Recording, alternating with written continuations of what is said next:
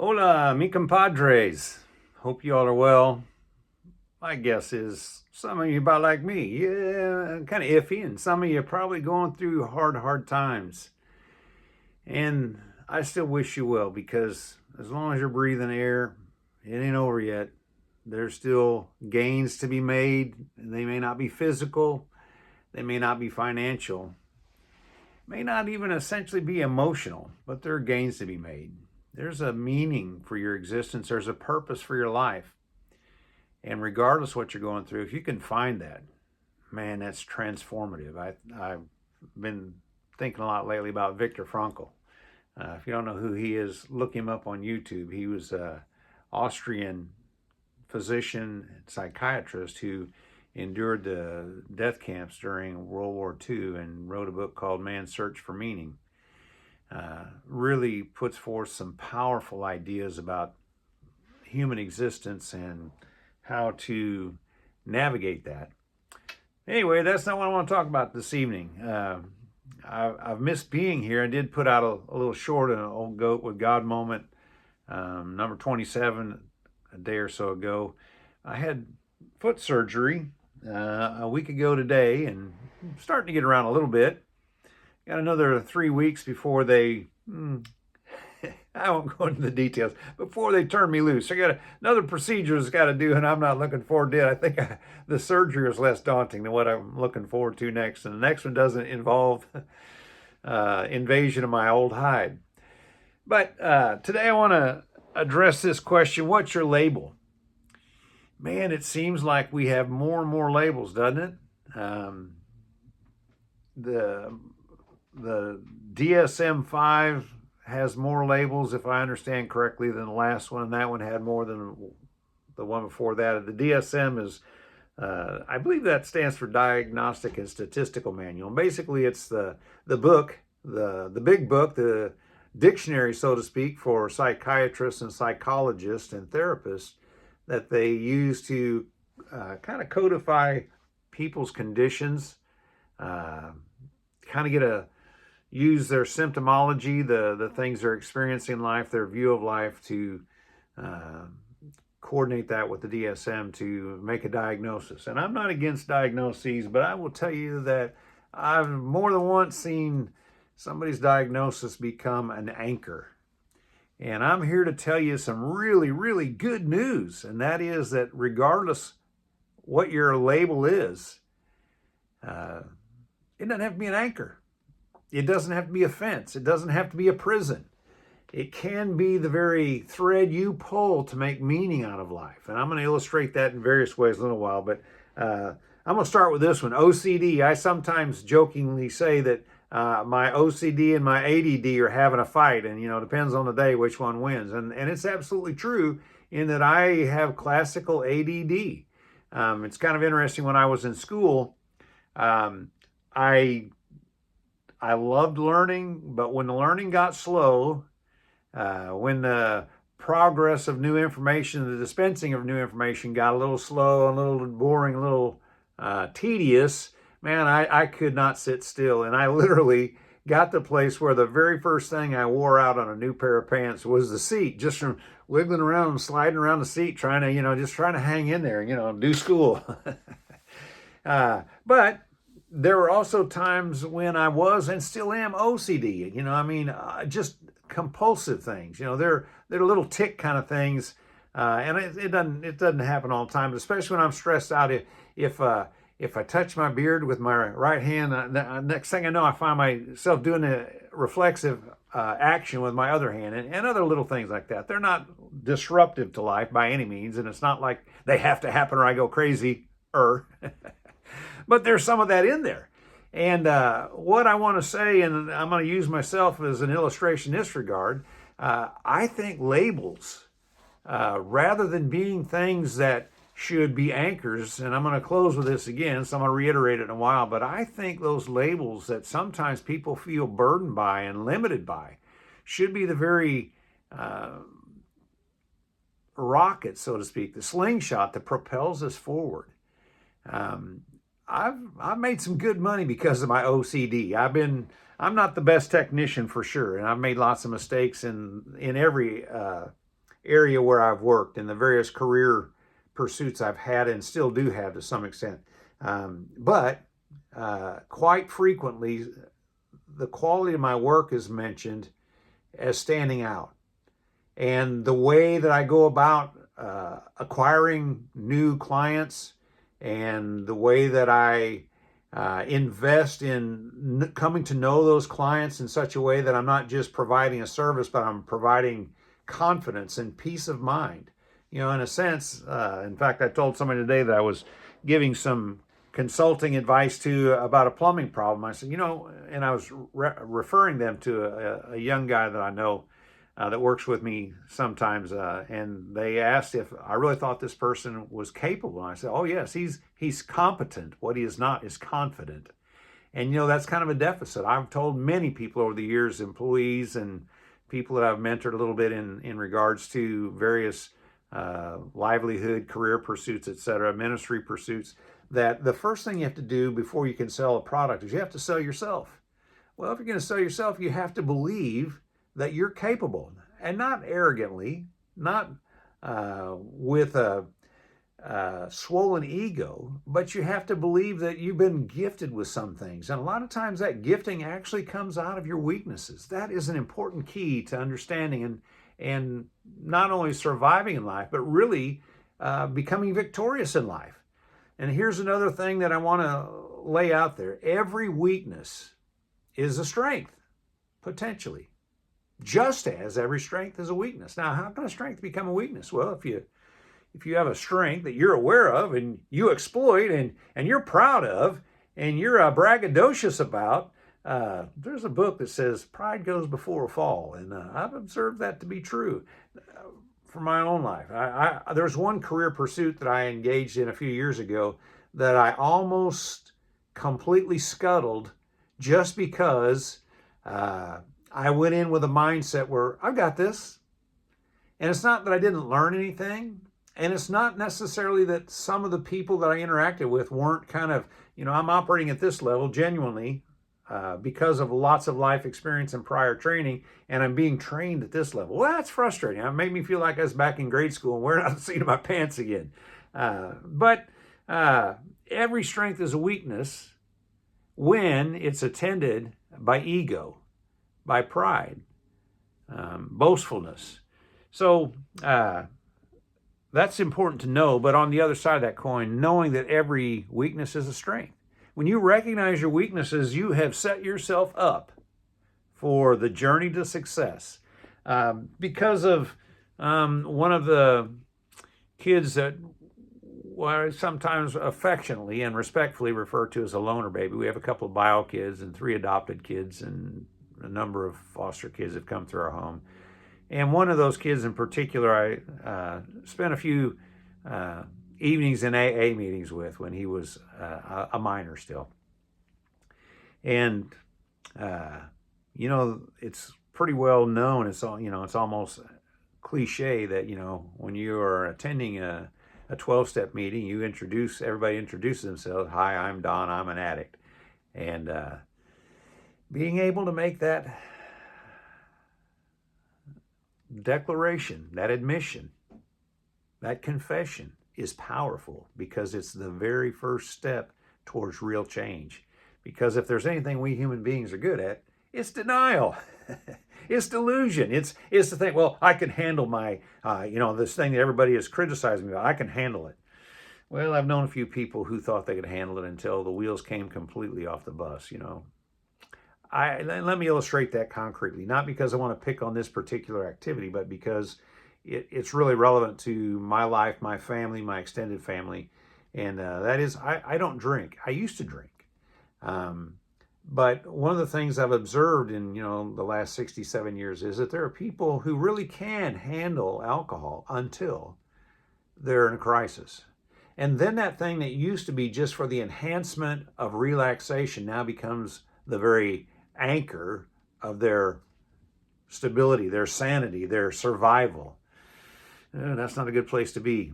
I used to tell one of our kids who was deeply, deeply addicted to video games, I said, everybody needs an escape, But when you come to a place where you live in your escape, now you're in danger.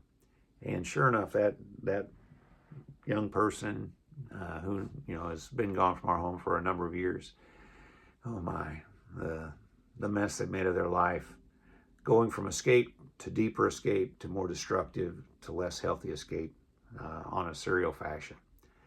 So anyway, jumping back to my list, I got OCD and ADHD both, honestly.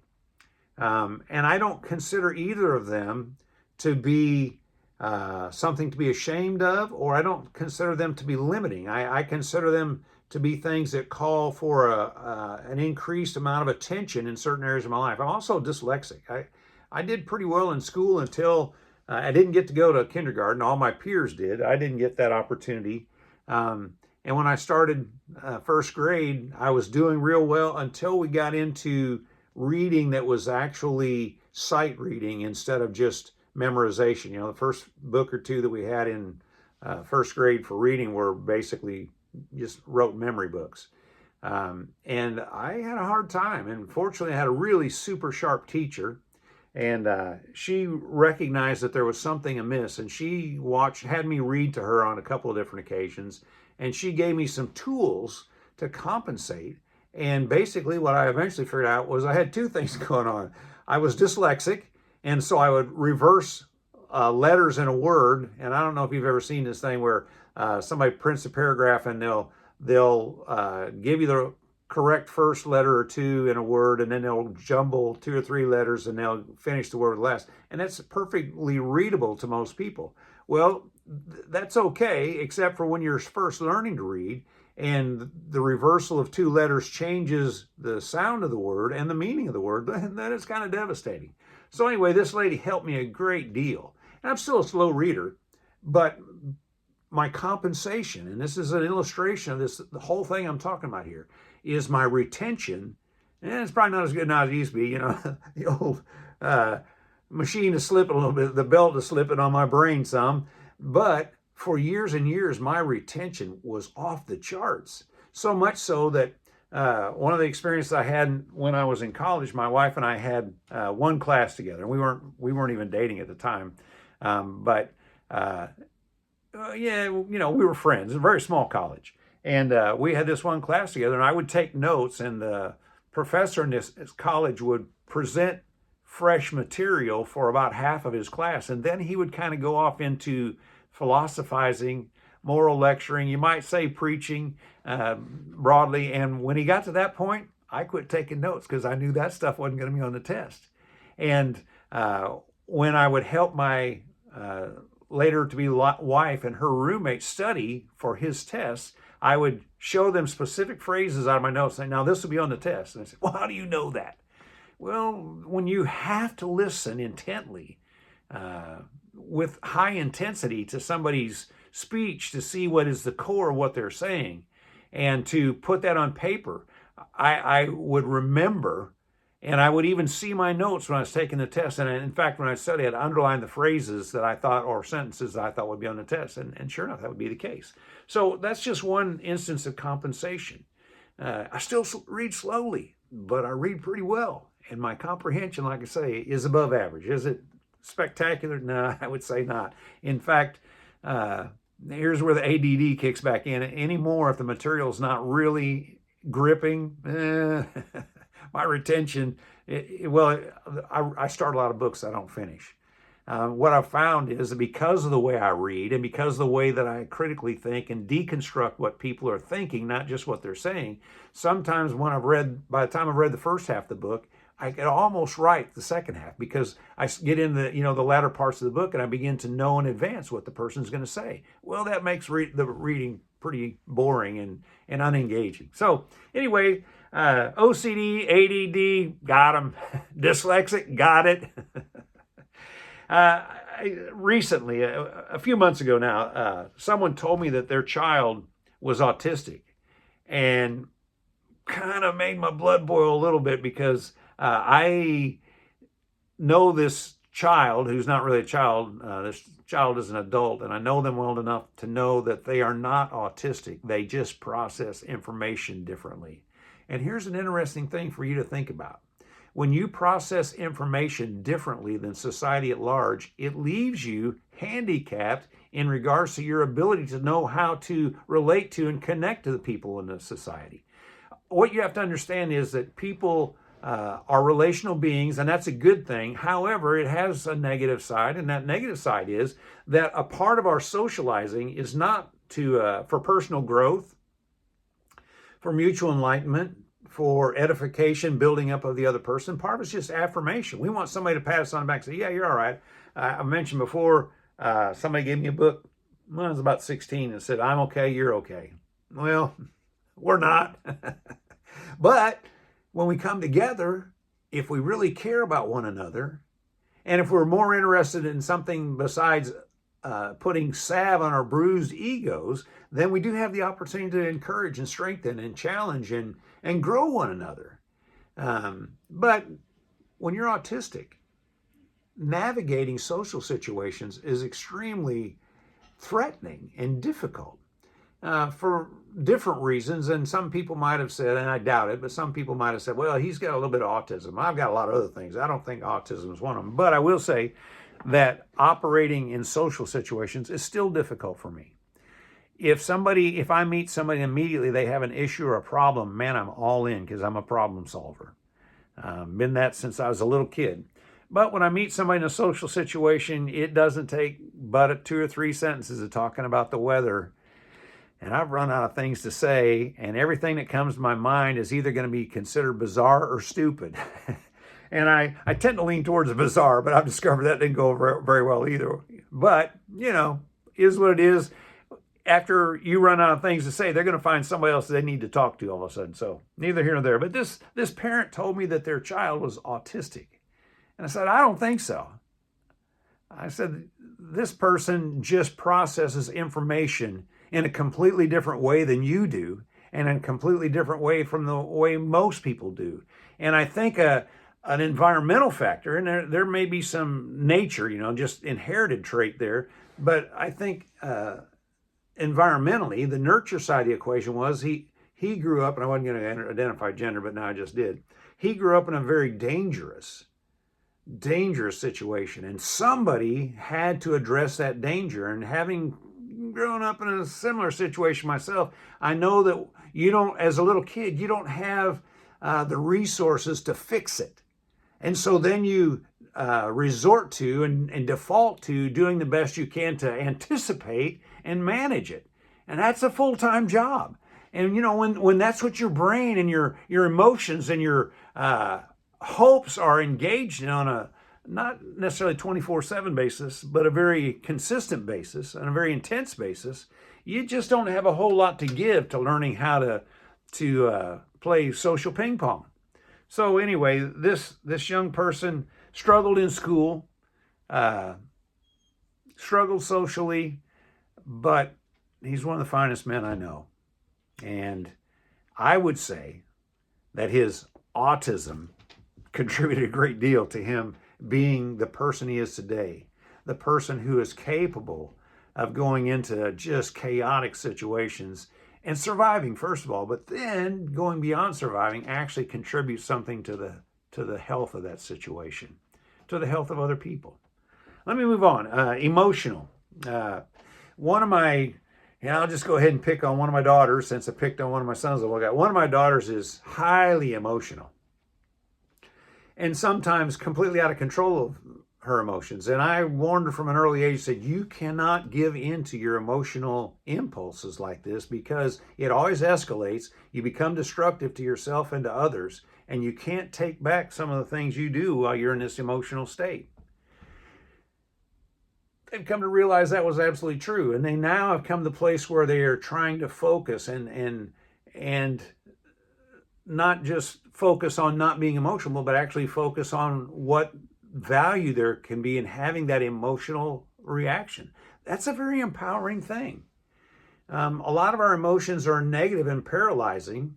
Anger, rage, jealousy, some of those emotions sometimes are very empowering and sometimes in a very destructive way.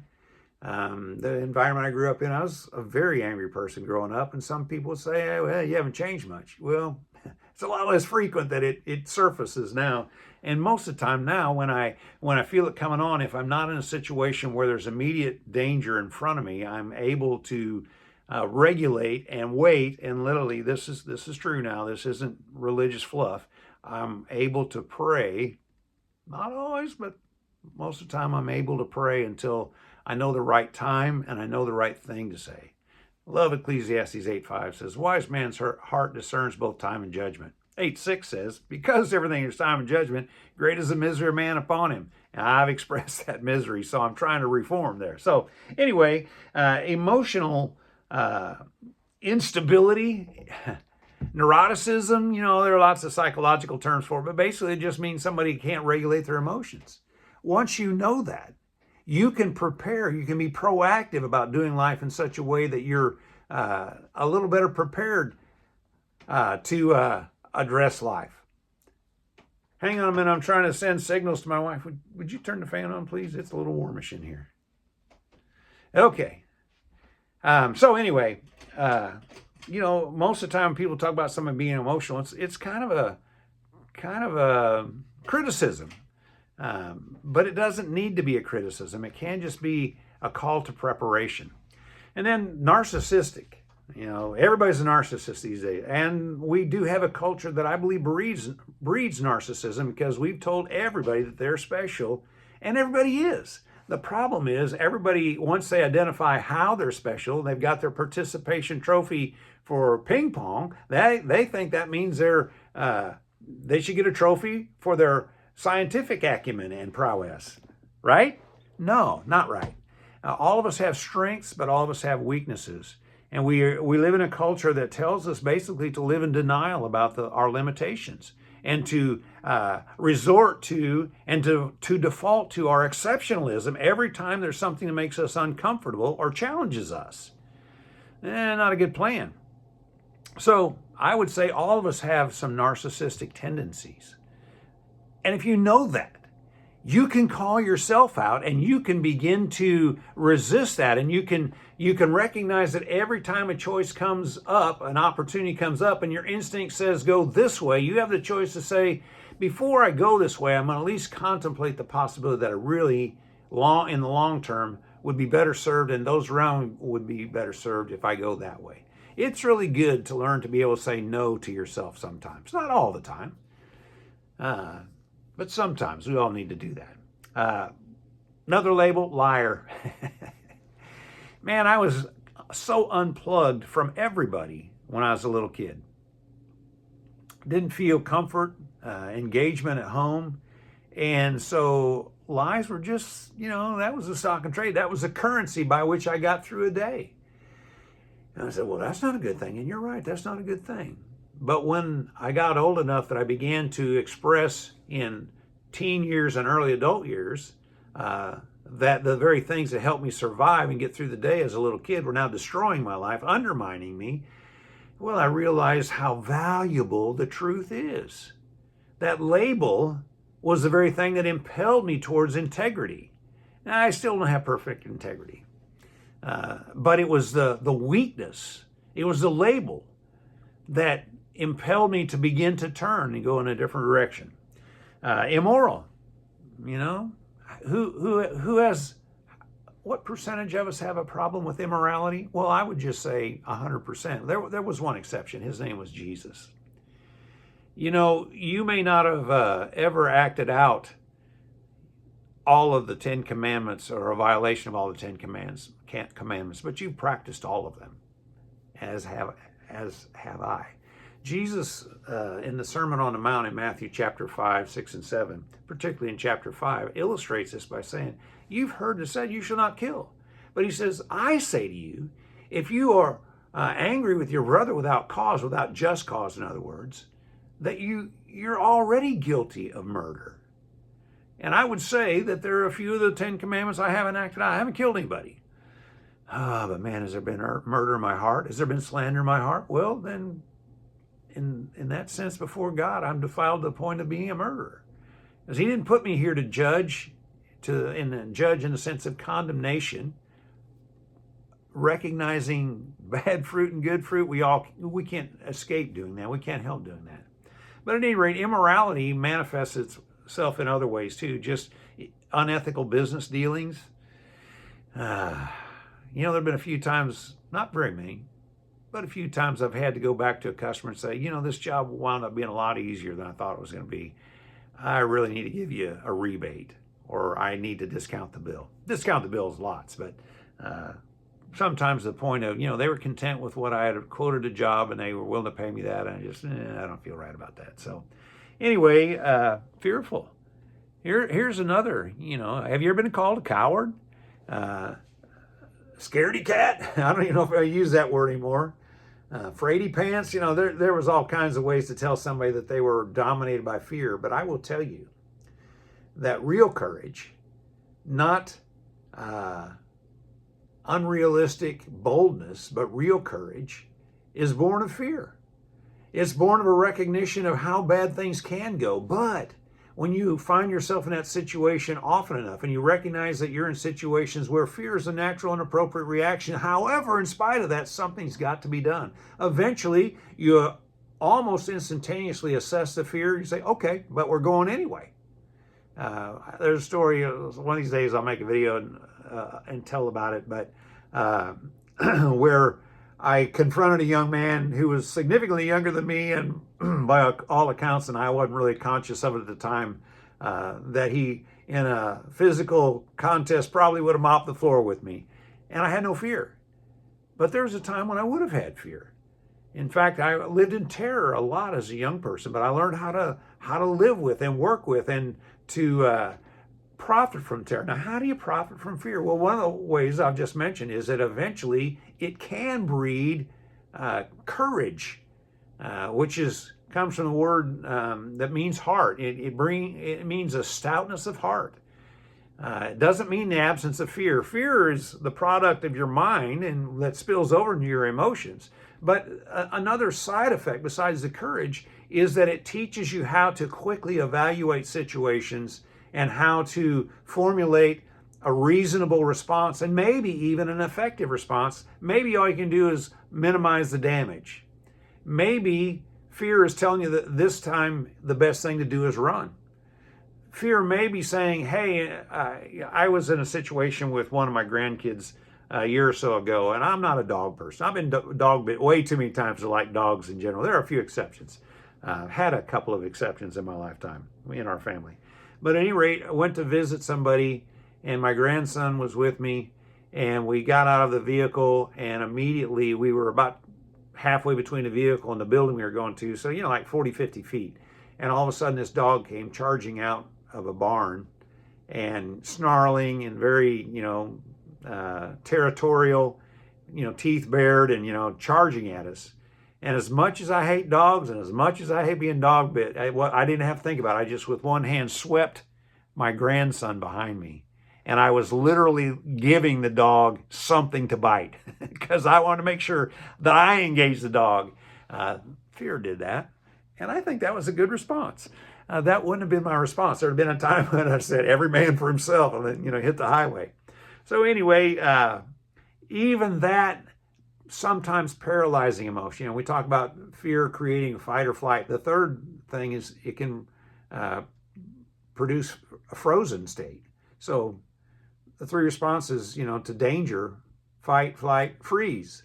And if you live in fear long enough, that is so uncomfortable. There's a good chance that you're going to become a mighty warrior in some area of life. There are still things that frighten me. But there are some places where things that would have really deeply terrorized me when I was a kid, they have no effect on me now. It's what it is. Got to go. Win, lose, or draw. We're going. We're engaging. We're charging hell with a glass of ice water, to borrow from the old phrase. So these are some of the labels that people are hindered by, tethered by, handicapped by, tripped up by. I've got some more, so hang in there. It's only 30 minutes at this point. One is underachiever. I love to tell this story. In fact, it's kind of funny because this guy just texted me 3 times while I've been making this video. I can't wait to see what he's got to say and get back with him. But if I remember correctly, this guy doesn't have a high school diploma. But he hated school. he wasn't getting anything out of it. And again, it wasn't that there wasn't any value there. It's that his brain absorbed things so quickly, he was just deeply bored, couldn't stay engaged. And eventually, I think he quit high school. And eventually, he was, because he didn't even have a high school diploma, he had to take a job as an EMS helicopter pilot. Yeah, I know, underachiever for sure. But, he wasn't very good at that, so they used him to teach others. It's amazing when somebody finds the right thing to do. Those questions and accusations of ineptitude sometimes just melt into nothing. Another one is handicapped. I have an adopted sister. She's she must be 55, or will be 55 this year, I guess. She was born with a chromosome disorder that at the time that she was diagnosed with this, there were 16 kids in the country that had this particular syndrome. Don't even know it has a name. Just found out a couple weeks ago that in addition to that, she had, the cerebral palsy I knew about from the time that I met her when she was 4. She came to stay with us for a weekend, and she's still with us, actually with my older sister and my mom. But just recently found out she also has Down syndrome. And, she has a vocabulary, and actually I made a video or two about her sometime between October and the present, actually last year sometime, I'm pretty sure is when I made those. We refer to her as the Beebelator, or the Queen Bee, Pooh Fontsmaloo. She's got a bunch of heavy-duty beauty. She's kind of chubby. But at any rate, a lot of people would look at her and think, what possible purpose? If this was if there was ever a poster child for abortion, this would be that person, except that would be absolutely not only immoral and unethical, but it would be absolutely idiotic. We know people who have high IQs, and we know people who have high EQs. If you're not familiar with that, it's emotional quotient. My sister Barbie is the most emotionally astute person I have ever known in my life, bar none. A person can walk into the room and she reads them in seconds. Can't express it in words, well, not very many words. However, facial expressions, some sign language, gestures, and some verbalizations, she managed to get her point across. And she understands, I think, probably 80 to 90% of what she hears in just normal conversational English. You talk technical science, probably going to go over her head. But at any rate, this very profoundly handicapped girl was the thing that really saved my dad. My dad had a real rough upbringing, did his best, kind of went off the rails, and for a number of years was just the terror of our household. And then God sent this little girl with all these challenges. And with her high EQ, she read my dad, and she loved my dad, and my dad felt loved, and my dad and she became so close. She melted his broken heart, mended his broken heart. Yeah, Jesus had a lot to do with that too. In fact, my dad ultimately came to trust Jesus as his Lord and Savior. But the instrument God used most to bring him to that place was this handicapped girl. Handicapped. You got handicaps? Are those limits? Or are those rockets? Are they tethers? Or are they slingshots? I want to move on. Another one is someone who is referred to as stupid. I don't know that was the word that was used, but as I recall, and I may have mixed one of 3 different characters, and I should have researched it, but I don't like research. But Einstein was considered uneducable. Greatest mind of our time, probably, and he was considered uneducable. Well, he just didn't think the way other people thought. But man, he could think. Thomas Edison was another one who was considered an underachiever, and I don't know how many patents Thomas Edison holds. But he had a label. Label didn't stop him. Really, if you have a label, I would say this: instead of seeing it as an anchor, see it as a lens. a lens that facilitates and enables you to see the world differently. You have a different lens to see things, to see reality, to understand reality. And there are things that you make. That's one of the reasons I reference, these two things, the homies and goats. I want everybody to be my friend. I'm too wild, too weird, too out there, too much of an outlier and outcast for that to happen. But I want to be a friend where I can. But this other one, goats, greatest of all time.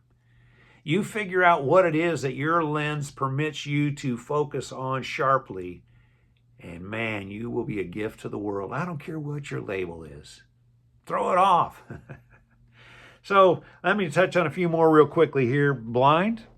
Man, what can a blind person do? Oh, well, they've got some serious handicaps, some serious limitations, and especially if they happen to be deaf.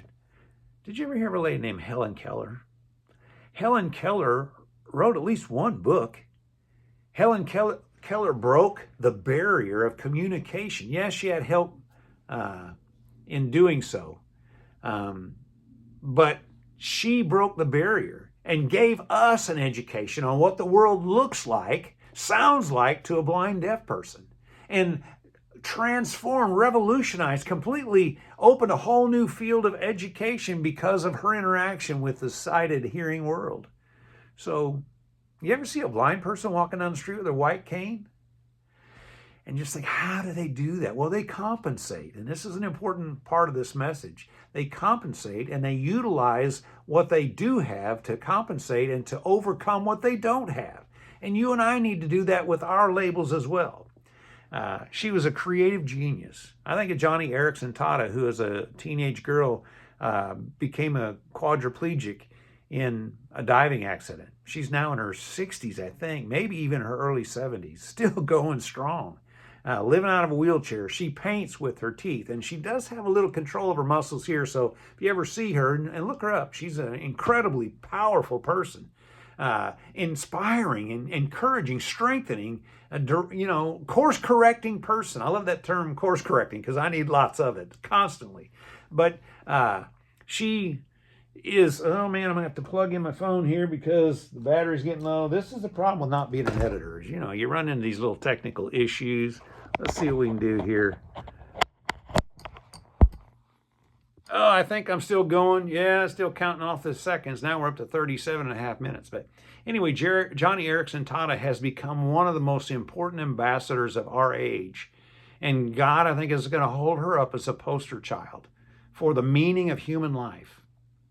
Went from being a very healthy, athletic, vibrant young lady to somebody who's now been bound to a wheelchair for 50 plus, maybe 60 plus years. And yet she's an ambassador for human meaning, human dignity, and human life. And unapologetically so. There's a guy named Nick Vujicic, and I'm not sure the pronunciation. I've heard it pronounced a couple different ways, but Nick was born without arms and legs. Got to see him in person a few years ago. And man, you talk about somebody who challenges you. This guy has a family. Think about it. No arms, no legs. They played a little video of him operating a boat. He's kind of got a little flipper, a part of the foot that he's able to motivate with. I don't know what comes off of his shoulder, but it can't be much. But that little flipper is his hand, his contact with the world.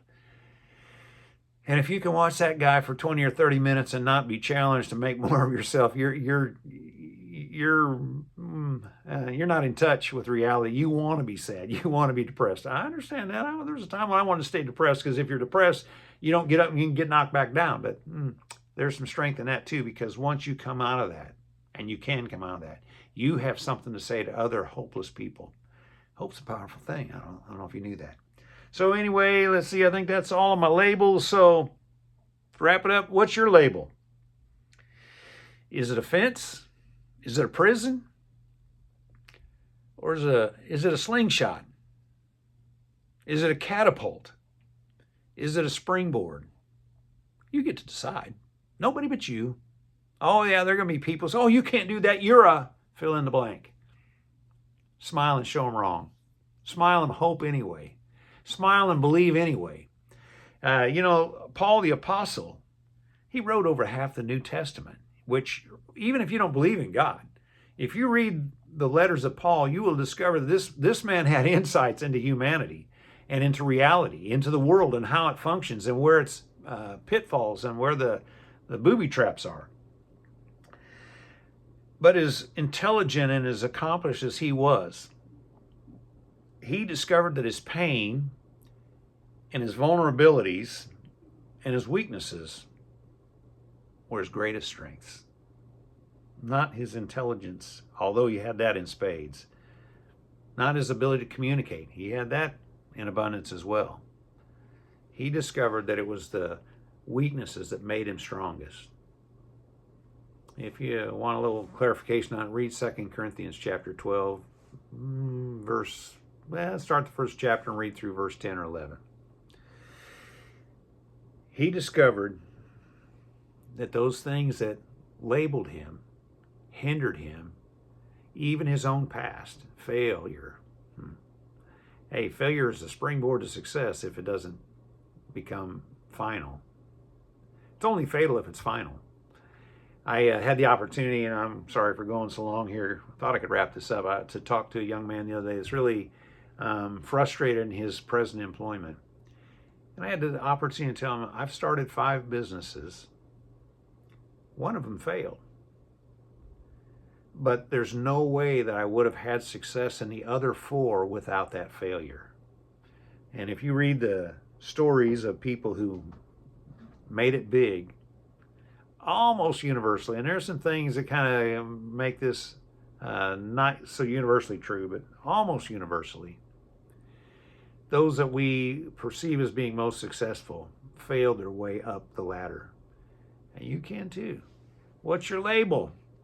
What are you going to do with it? You're going to let it remain a liability, or are you going to turn it into an asset?